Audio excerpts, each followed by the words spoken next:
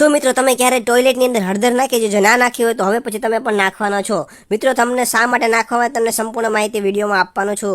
તો મિત્રો તમે પહેલાં તમારે એક બાઉલ લેવાનું છે, તેની અંદર તમારે 1 ગ્લાસ જેટલું પાણી લેવાનું છે અને ત્યારબાદ મિત્રો તેની અંદર તમારે જે દવા આપણા ઘરે પડેલી હોય ટેબ્લેટ્સ કે જે એક્સપાયર થઈ ગઈ હોય અથવા ચાલુ હોય તો તમારે 2 થી 3 એવી વધારાની ટેબ્લેટ હોય એ તમારે પાણીની અંદર નાખી દેવાની છે, જેથી કરીને વ્યવસ્થિત એની અંદર ડિઝોલ્વ થઈ જાય, મતલબ કે ઓગળી જાય ત્યાં સુધી તમારે એને મિક્સ કરવાની છે, હલાવતું જવાનું છે કે ટેબ્લેટ છે પાણીની અંદર ઓગળી જવી જોઈએ સંપૂર્ણ રીતે.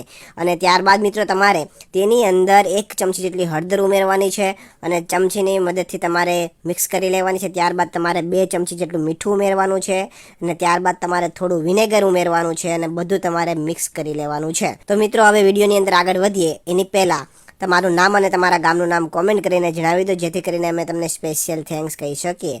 તો મિત્રો લાસ્ટ વિડીયોનો સ્પેશિયલ થેન્ક્સ પ્રિયંકા દોશીને સુરતથી, મધુબેન પરાગને સાઉથ આફ્રિકાથી, ભાવિન દવેને ગાંધીધામથી, જયપાલ ગોહિલને કરોલીથી અને અજય પરીખને મુંબઈથી જાય છે. તો હવે તમે જોઈ શકો છો એકદમ વ્યવસ્થિત બધું મિક્સ થઈ જાય ત્યારબાદ તમારે મિત્રો આનો ઉપયોગ હવે તમને જણાવી દઉં તો તમારે ટોયલેટની અંદર કરવાનો છે. મિત્રો આપણે જાણીએ છીએ કે ટોયલેટની અંદર ઘણા બધા બેક્ટેરિયા હોય છે અને એને કારણે આપણે મિત્રો ઇન્ફેક્શન લાગવાની પણ શક્યતા રહેલી હોય છે.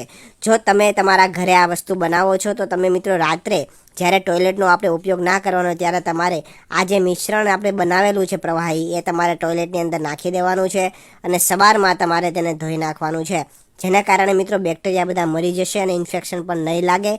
અને ખાસ કરીને જ્યારે પબ્લિક ટોયલેટમાં આપણે જતા હોય એનો યુઝ કરતા હોય તો આપણે જાણીએ છીએ કે ત્યાં વધારે બેક્ટેરિયા હોય, ઇન્ફેક્શન લાગવાની શક્યતા વધારે હોય, તો ત્યાં તમારે મિત્રો બોટલની અંદર તમે આ લિક્વિડ લઈ જઈ શકો છો અને તમારે એનો ઉપયોગ કરતાં પહેલાં તમે લિક્વિડને તમારે ટોયલેટમાં નાખી દેવાનું, જેથી કરીને ઇન્ફેક્શન ના લાગે, બેક્ટેરિયા હોય બધા મરી જાય. તો મિત્રો આવી રીતના આપણે મિત્રો આ ઘરગથ્થુ ઉપચારથી આપણે ઇન્ફેક્શનથી બચી શકીએ છીએ. તો હું આશા રાખું છું તમને આ વિડીયો પસંદ આવ્યો હોય. વિડીયો પસંદ આવ્યો હોય તો વિડીયોને લાઇક કરજો, શેર કરી દેજો બધા લોકો સુધી અને આવા જ નવા વિડીયો જોવા માટે આપણા ફેસબુક પેજને ફોલો કરી દેજો અને યુટ્યુબ ચેનલને પણ સબસ્ક્રાઈબ કરી દેજો.